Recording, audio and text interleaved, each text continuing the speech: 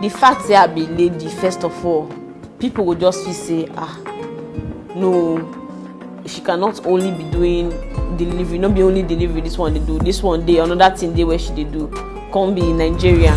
There came a time where I was going to Rakasema, which is like some other Emirates, to look for cleaning jobs.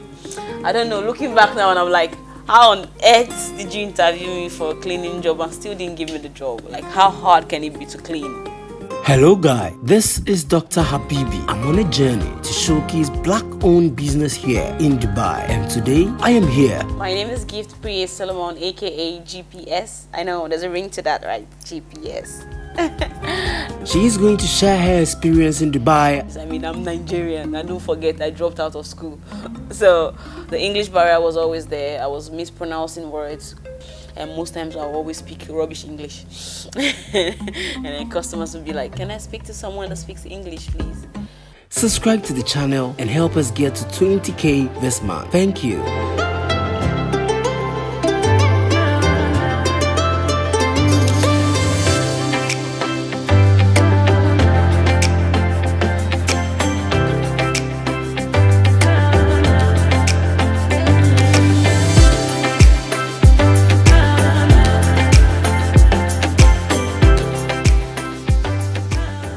Hi guys, my name is Gift Priya Solomon, aka GPS. I know there's a ring to that, right? GPS.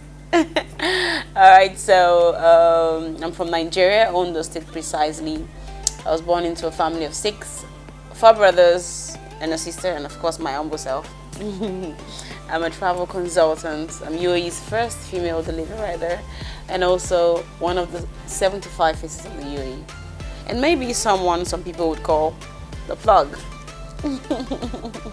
Most times we get so busy, we get so carried away, and we forget about the most important things in life. We forget about giving gratitude. So today I choose to self-reflect. Are you ready for some story? Story time, guys. Growing up for me wasn't like, I wasn't born into like a rich family, a super rich family. We pretty much crafted the spoon we're fed with. You know, some people are born with the silver spoons, right? But we like carved the ones we were born with. And I thank God. Growing up wasn't as fun because I didn't grow up having everything I wanted. But as God would have it, I had everything I needed growing up. It wasn't, I wouldn't say I was an average kid growing up, no. Not an average because I didn't have that luxury. Growing up was not so fun. Because my parents, considering the line of work they were doing, we were not super rich and we were just trying to make ends meet. Looking back, I would always smile because most of the experiences or the things that we went through, I still pretty much remember them. And I see some people, they'll be like, oh, Gift, you're so lucky, you're doing well now. Guys, the journey, if you have the time to listen, if I tell you how it all started, you probably would say everything you have now or everything you're working towards having, you deserve them. So growing up for me, I grew up in Ologbo, Benin City. Benin City is like one of the states in Nigeria, and Ologbo is like a neighboring, somewhere like maybe the outskirts of town. I wasn't even in Benin. Back then, it was like, I think maybe the only part I probably remember was when I was like 10 thereabouts. My parents would always try to like make us go to school, make us do this, and sometimes would even try helping. I'm very close with my other brother, Glory. We're really close. Maybe most of my interviews you probably have not heard me talk about him. It's because most times we just want to make it brief. But this time, since we're telling stories, I'm going to be giving you guys details. Growing up, would always like try to work because most times our parents won't be around. We'll try to do some stuff to like survive. Most times my parents will send us money. Most times the money wouldn't be enough. Most times they'll be unreachable because the nature of that job demands them to actually travel a lot. So when we'll go, like the job that we usually do is like, you know, the laborers that works with the construction, like the people that build houses, right? Glory, if you're watching this, you remember. So would always go and help them, like, you know, the cement, the red sand, help them mixing, help them carrying. And there's one time I think Glory fell. I am still trying to remember. They come in pieces, but in a nutshell, life has not always been great, but we've always been like achievers and people that strive to make the best out of what we had. My brother, he like excelled in school. I wasn't doing so well because school has not always been for me. Maybe that was why it was easy for me to drop out when I had a lot of challenges, because I just felt, okay, instead of surviving or trying to push through school, it probably would be better if I just like do something else, maybe work to support my family. Hence the Dubai story, right? So growing up wasn't that great, but we still made it work. Because my brother now, looking back, I see how he went with school, he went through school, and my other siblings as well.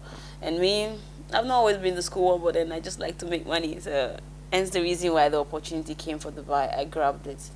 It wasn't something that I wanted to. It wasn't the first choice, but the visa was just available. Everybody knew Dubai visa was easy to get. So when the chance came, I opted on it. I just like, okay, I want to go somewhere else. I want to help my family. So when I got to Dubai, I wouldn't really say the story changed, because considering where I was staying, the difference wasn't so much. Because when I left Nigeria, I just felt, okay, there was a job waiting for me, everything was sorted, I just had to come and start working, considering the agent I contacted when I was coming, right? So when I came, that wasn't the case. Plus, most of you guys or people that come to Dubai now, they have the luxury of coming to Dubai when they came. When I came, I was in Sharjah, and Sharjah is like a neighboring state. I didn't know, I just felt Dubai is a country. But now that I've grown to like understand how everything works, I know UAE is the country and then there are states. So when I came, I went to Sharjah. I was staying, I think we were like, how many in the room? We had the bed on the floor. I didn't quite get it because I just felt Dubai, the pictures or the painting that I have of Dubai is like luxury. Everything is good. But I didn't have that luxury. When I came, I started like seeing how people live, how normal it was for people to share a room. Even when I was struggling in Nigeria, at least we still had a room to myself, not to myself, but with my sister, which was like still reasonable. Well, coming to Dubai and starting all over from there, a lot of people come and they be like, oh, Dubai, I cannot stay in Dubai, I cannot stay in Dubai. But considering the cost of living and how expensive it is to even afford a place, you cannot stay alone, right? So for me, I was staying with like sharing till I was able to like do something. There are days where I would want to go for interviews. I wouldn't have transport to go because I stay in Sharjah and I need to come to Dubai. There are days where there are going to be like series of walk-in interviews, and you know how it is. There's one position, there's 20, hundreds of people lined up to get a particular job. Most times it's an hassle. Sometimes I stop going out because I couldn't afford to get transport.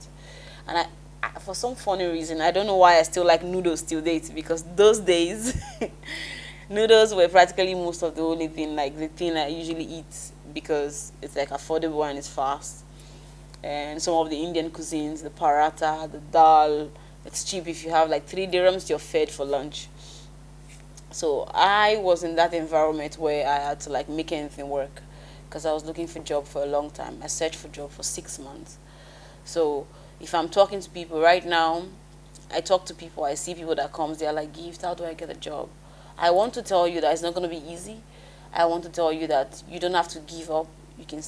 You can keep pushing till you get something. For my case, it was an hassle, because when I came, I didn't have a job. I had to look for something.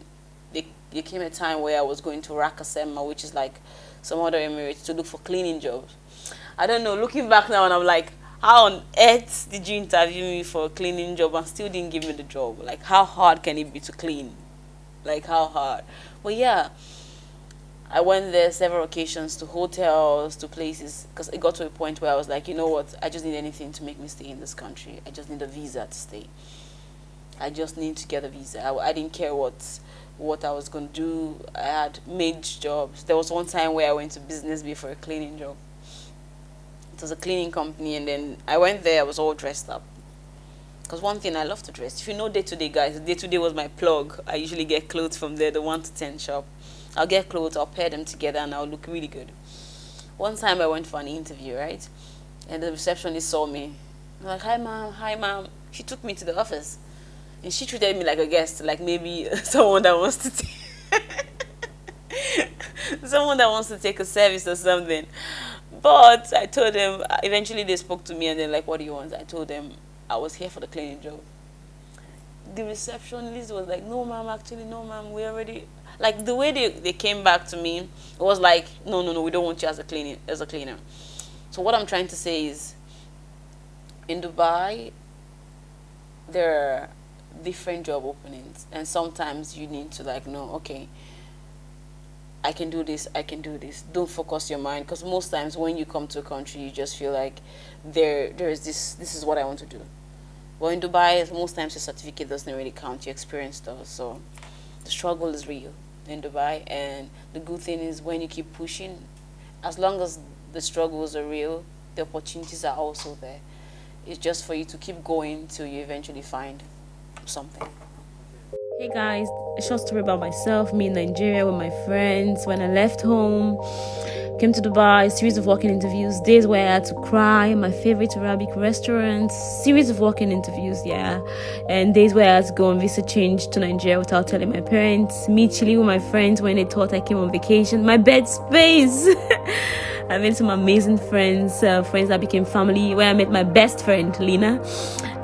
When I started enjoying Dubai, and yeah, story changed. So the hardest moment for me will probably be the period when I was searching for jobs, right? And being Nigerian. Because, to be honest, I don't know where it started from, I don't know how it started, but the factor is always there that you're Nigerian or African, I don't know. Because then it was a big thing, I will be honest. It was a big deal, like being African, you need to prove yourself twice, you need to work twice as hard as everyone else will work. I'd go into an interview room when my nationality is known, automatically I already like don't get the job. Because most times, maybe because of what we do or the reputation we have, well, I'm not sure how it started, like I said, but it was a factor for me. Most times I need to like do this, I need to push. At some point I was like, oh God, it's not gonna work. There were time where I went home. I did visa change twice in Nigeria. I didn't tell my family I was coming to Nigeria or I was at home, because I told them, I made them believe I already had a job. So even when I knew when I came, I realized I didn't have a job. I couldn't go back to them to tell them, because they would always tell me to come back. Plus, it was an hassle for them to let me come in the first place. So most of the hardest moments will probably be when I was looking for a job, the challenges, and not having someone to actually talk to from home because I lied to everyone. So that will probably be my hardest moment, like then when I was struggling, yeah. So after all the struggles, the bustle and hustle, I eventually got something. I got a job with Freedom Pizza. Yeah, with Freedom Pizza. I got a job with Freedom Pizza as a phone operator. The struggle still didn't stop there, by the way, because I had to like make it work, because I was having challenges. I mean, I'm Nigerian, and don't forget I dropped out of school. So the English barrier was always there. I was mispronouncing words, because my job like really requires me to talk to a lot of customers, right? And most of them are Westerners. And most times I'll always speak rubbish English. And then customers will be like, can I speak to someone that speaks English, please? I'm not a native English speaker. I had to learn, I had to practice, watch YouTube videos just to make sure I'm able to communicate effectively. But on the job, it started getting better. I was promoted from an assistant manager, from a store trainer, like a phone operator, to a store trainer, to an assistant manager, and then the story began. It took me years, because I worked with the company for almost 7 years. It took me years to get there. And after some time, our CEO, Mr. Ian Owen, which God, I will always pray for him, because it's like he gave the opportunity for anyone who wants to be a female delivery rider. And I don't know what I was thinking. I just raised my hands up, and I was like, yeah, I want to be that person. I didn't know I was going to be the first. I didn't think about it too much. I just felt, because a lot of people are doing it, and I know they get a lot of tips, the drivers. Yeah, so I was like, okay, that'll be extra money as well. So I took up the opportunity to be a female delivery rider, and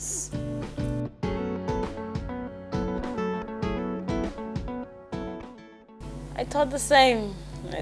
I felt like all my problems would go away as soon as I get into Dubai. That's what I thought, because we just feel like if we leave our country, being anywhere, being Nigeria, Ghana, anywhere in Africa, as soon as you're in a foreign country, everything is better. And not just all things that way. For some funny reasons, our family back home, they think that way. If you come to Dubai or you come somewhere else, 1 month through, they already think they should start asking you for money. So I'm telling you now, if you're watching this, instead of calling your daughter, your son, the first few months or years of coming to a foreign land, support them, pray for them, call them to know how they're faring, because it's not easy. When I came here, I was struggling, and I'm sure it takes time for anyone to get on their feet.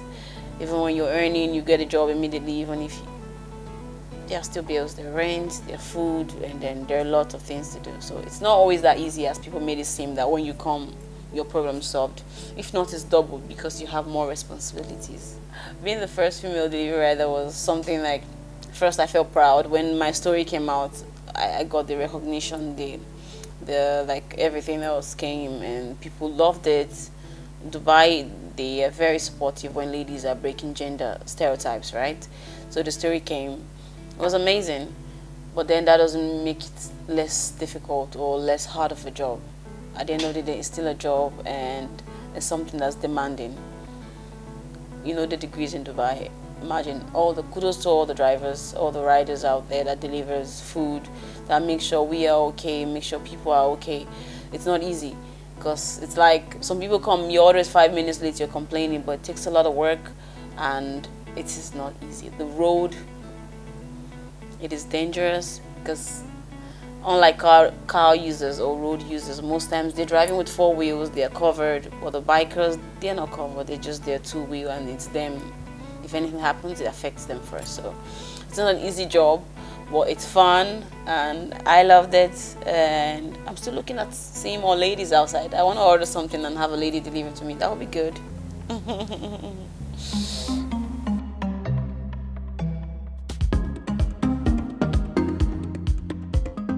So when I was working, right, there was a point for me where I would always go out. Even the time I didn't have a job, plus when I got a job, I would always go out. Once off I have, I would always like to see new places. So most people, they see Dubai through my eyes, because they didn't even know I had a job, because apparently on all my off days, I'll pick one nice place. I'll go take pictures, dress up, and then people will be like, oh, give, this place is fine. Sometimes I get messages, they'll be like, my family is coming to Dubai, gift, do you mind taking them around? So it became a thing for me. Every off days, I would always schedule someone or show them somewhere on my off days. So I started doing that. I started loving it. I love adventures. I love to see new places. Maybe I love the idea. I know, at least now I know I love traveling, but then I didn't know it was traveling. I just felt like it was seeing new places. So eventually I started saving up front to trips. My first trip was in Georgia, Tbilisi. So it was the first official trip that I went for, and I loved it. So then and there I knew I loved traveling. It became something I started doing. One time I got a client that gave me $300 tips. I'm like, you know what? This is actually going to be a business for me. So I started doing official tour guiding. I charge people for a fee to take them around, and it became a thing. So during that time, 2018, I think I registered my company in Nigeria. Dubai Getaway Travels, my travel company. By the way, look us up. We are a travel company so all the things I got wrong when I was coming, we try to make them right. We're not perfect, but we just try to tick those small boxes that I was missing back then. So we do tours for people, and my hobby grew into something that is helping people, and I love doing it.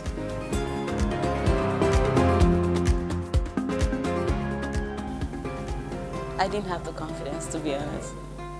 I wasn't confident. It was just a decision I knew I needed to take, and I just went for it. It wasn't like if I told you, oh God, I was confident. No, because I was going into an uncertain field, because I needed to start being responsible for myself. I needed to stop earning salaries. I needed to stop knowing that I have something coming to me at the end of the month.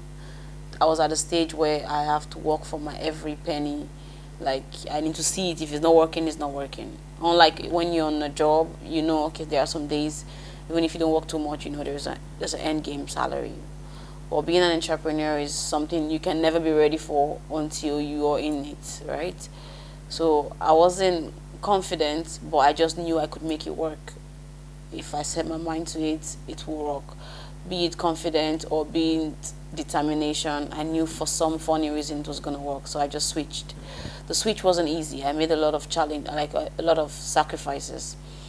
From me renting my house to leaving my couch, renting my apartment out, to like make sure like I have enough money saved, getting some apartments as Airbnb, listing out to people, doing a lot of things just to make sure I have a backup, right?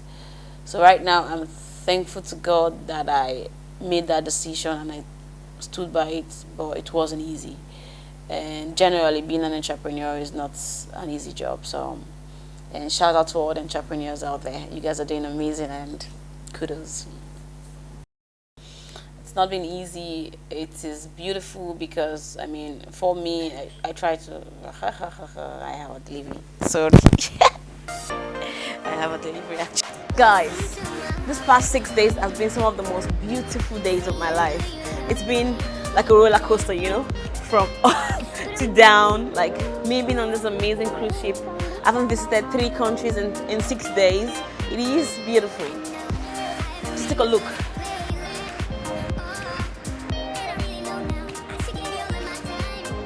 Just imagine, yesterday I was just down there enjoying, and today I'm here. The day before yesterday I was upstairs partying too much. In a few hours I'll be in the roller coaster like sliding and boobs out. But guys, you know what I mean, right? The essence of this video is to let you know that life is short. Enjoy life as much as you can.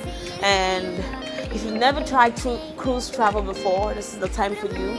Send me a DM right now, because being able to enjoy this much on a luxury cruise ship like this for free, because I'm a member of the biggest and the best travel club in the world in cruises. It is beautiful. It's made it more beautiful because I'm enjoying for free. Oh my God. Before you see whatever she's influencing, the first thing you see is maybe her face, her figure, how she looks, or how she speaks, right? So right now it's almost like we ladies were compelled to like dress a certain kind of way, or talk a certain kind of way, or influence for a certain kind of brand to actually show that we are successful in influencing, or we're a successful influencer. But I feel like that's not how it's supposed to be.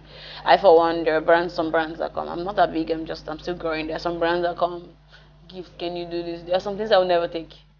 And there are some things I would never, in as much as I am a happy girl, outgoing, and sometimes I can be out there on my socials, but there are still some limits.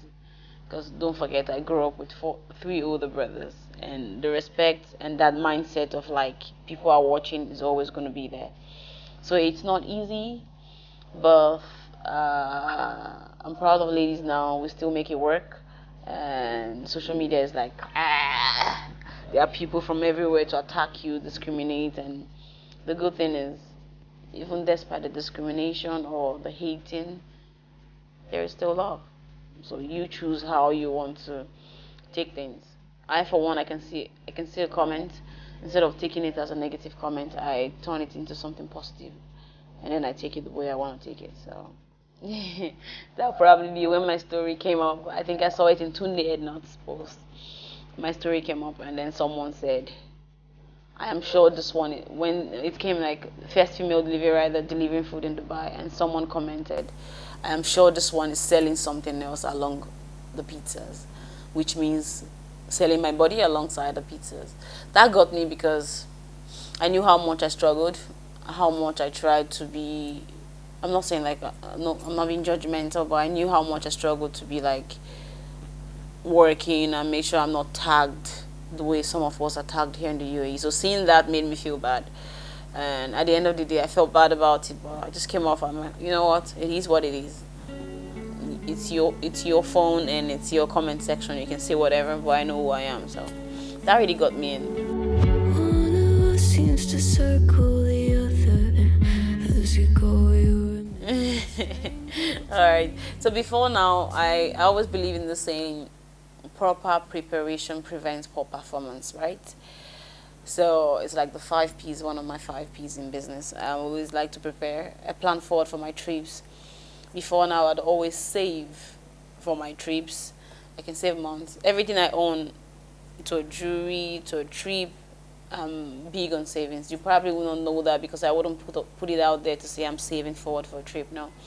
But I'm the one that would save for 6 months just to go to a trip next year. I'm that kind of a person. But right now, I'm happy, I'm glad, I'm traveling for free, all thanks to our amazing travel club in cruises. So I'm currently I'm a paid partner to travel, which is something completely different. But yeah, if you have plans to travel or you want to finance a lifestyle that you love so much, work hard today to be able to like enjoy for tomorrow. It is beautiful. Cruise traveling is actually very beautiful. It's something that a lot of us Africans, not just Africans, a lot of people around the globe don't know about. But it is nice. You have a good time because when you're traveling on cruise ship, you're having, instead of, when you're traveling on flight, right? I'm not saying don't travel, I still travel on flight. When you travel on flight, it's that you're sleeping or you're watching a movie on the plane before you get to your destination. But cruise travel is like there are a lot of things to do, activities to do. You can play, you can use the roller coaster, you can eat and everything. So I love it because of the convenience and it's affordable.